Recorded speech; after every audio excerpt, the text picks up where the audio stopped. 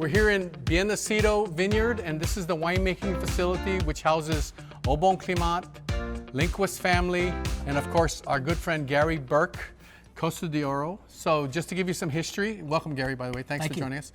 So I met Gary when he was working here, 90s? 90s, yeah. Sometime in the 90s, he was working here at Au Bon Climat. I fell in love with his wine. We were at a tasting at the Halikulani, and I tasted his wine. I was sitting there going, oh, we got to get this wine. What I loved about his wines, they were so transparent. They were so, it wasn't about testosterone. It wasn't about showiness. They were just so transparent, so mineral-driven, very seashell-y, especially his Chardonnay. And I loved his Pinots because it was based upon the Martini vine, which tends to be, in my opinion, in his site, more reticent, lighter in color, more perfumed, just wonderfully transparent, which was very important for our Eurasian foods in Hawaii. So that's why I asked Gary, and not Clendenin, and other people, I asked Gary if he would make us the CF Pinot Noir. So the one that you see online and the ones you see in our podcast he's the one that grows it and makes it. So Gary, thank you for joining us today. Absolutely, thank you. So tell us about Costa d'Oro. What is that? So Costa d'Oro, Spanish for Gold Coast. It evolved out of my family's farming operation. My family are vegetable farmers in the area, but we planted 30 acres of Pinot Noir and Chardonnay back in the 90s. And my first experience in winemaking was working here at Au Bon Climat. And I worked here from the 93 vintage, and then I was hired on full-time in 94. And we started making wine in 94. And back then I made a barrel of Chard and a barrel of Pinot, and slowly but surely built it up from there.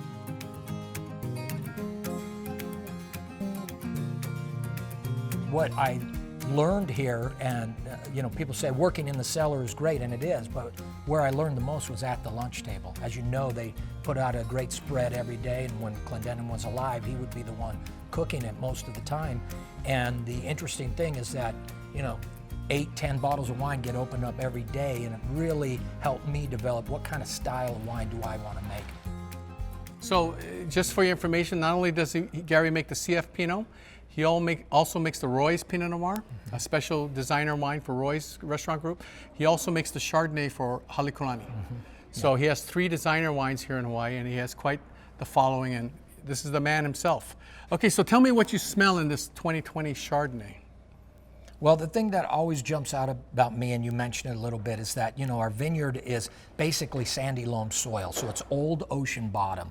And what I always see in there is kind of a briny seashell quality in the wine. That always jumps out at me. I mean, it's got fruit in there, but there's a savoriness to our wine that, to me, is indicative of things near the ocean. I think that's a big reason why it's done well in Hawaii, Yeah, and you could smell it. You can smell this brininess, this salinity. That's just innate. That's just from the soil and the close proximity to the ocean. The wind's coming off there, so. Yeah. And you're located on a mesa, like a little elevated, so I could see on one side of the vineyard, the vines are just kind of like leaning because the wind just pounds that vineyard every day. So you could see it's pretty interesting site. And you can see, I hope when we go there, I want to show your vineyard with the sand, and I want to show Biennacido in the background. So you could see that his estate vineyard is 5 to 10 minutes closer to the ocean from Biennacido. It's on the other part, the downside of the river from Biennacido. So typically ripens 2 to 3 weeks later. Yeah, the interesting thing too is that the valley, as you know, the ocean out here, and the valley comes down, it squeezes down at a point, and that's Fugler's Point. Our vineyard is just west of Fugler's Point. So that valley squeezing down and then opening back up, the fog gets trapped there. And so when the fog breaks at Biennacido or farther east, it's about an hour earlier every day than at our vineyard. And I just think over the course of a season, that really affects the ripening curve. And so, yeah, we bud break at the same time, but we harvest about 2 weeks later. So the label is called Costa d'Oro. Again, Coast of Gold. This is the Chardonnay that 2021 we're trying, 2020? 2020. That we're trying, and pretty spectacular. You could find, I think, the 18, and then now the 19 is coming on the store shelves right now. We did it by the glass at Vino for how many years? Also at Sanse and Waikiki. We just love this Chardonnay, and of course he makes the CF Pinot, which we offer at all of our restaurants, And of course, we also carry the Costa de Oro Pinot Noirs because they offer such great value. But understand, we're not talking about Russian River, Sonoma Coast, big black Pinots. We're talking about lighter color, transparency, perfume, civilized sensibility, oral sensibility, and much more suited for our warm climate in Hawaii and with the Asian-inspired foods that we frequently see throughout the islands. So Gary, thank you, and let's go take a trip out to the vineyard. You got it, let's go. Okay.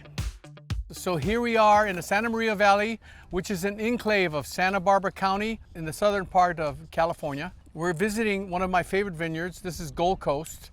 I want to share with you the sandy-like soils, the fact we're on a mesa, you can see the wind that's blowing. Joining us today is Mr. Gary Burk, who is the winemaker owner of Costa de Oro. And also, in addition to that, he specifically makes the CF Pinot Noir, which we talk about very frequently. So I often get the credit, etc. He's the one that actually makes the wine. One of the things I really love about these wines that Gary makes is they're very transparent. They're very civilized. They're very done with old world sensibility and elegance and refinement as opposed to power. It still has wonderful complexity and intensity. It's just lighter on its feet. It's got such wonderful texture from beginning to end and such alluring perfume. And if you think about it, that's Pinot Noir to me. Alluring, charismatic, delicious. And so he makes the CF Pinot. So again, joining us, Gary Burk, Costa de Oro Winery. Thanks, Gary. It's good to be here. So you're Good going to have you guys here. This is the new vintage. This is the 2019. 2019, yep. I think one thing you see right when you pour it out of the glass is the wine is not black in color. Color for us is not necessarily what the wine is all about. For me, it's more about aromatics and texture. What we want, salute. What we want is for the wine to be, interesting all the way through the bottle. I don't want the first glass to be necessarily the best glass out of the bottle. I want it to reveal itself over time, and because of that, in the way that we make the wine, we're pretty hands-off on it. We let it express itself. Yeah. And you see the perfume, it's so enticing. Yeah, exactly. It's so alluring, it's not obvious, it's not showy. It's just... It's floral, it's savory, it's got fruit in it, it's got layers of things going on. So just to let you know, these vines here are what's called a martini vine. So it's not a vine that's necessarily in fashion, but for us in Hawaii, it's very important. So it's important because it tends to make more transparent, lighter color wines like this that are more reticent as opposed to bold and showy. That's martini. It's not in fashion, but it can make some very compelling, captivating wines. And which is very important when you consider the popularity of Asian fusion foods in Hawaii. These kind of wines are less confrontational and really match up with not only the warm weather, but all the different kinds of foods we have here.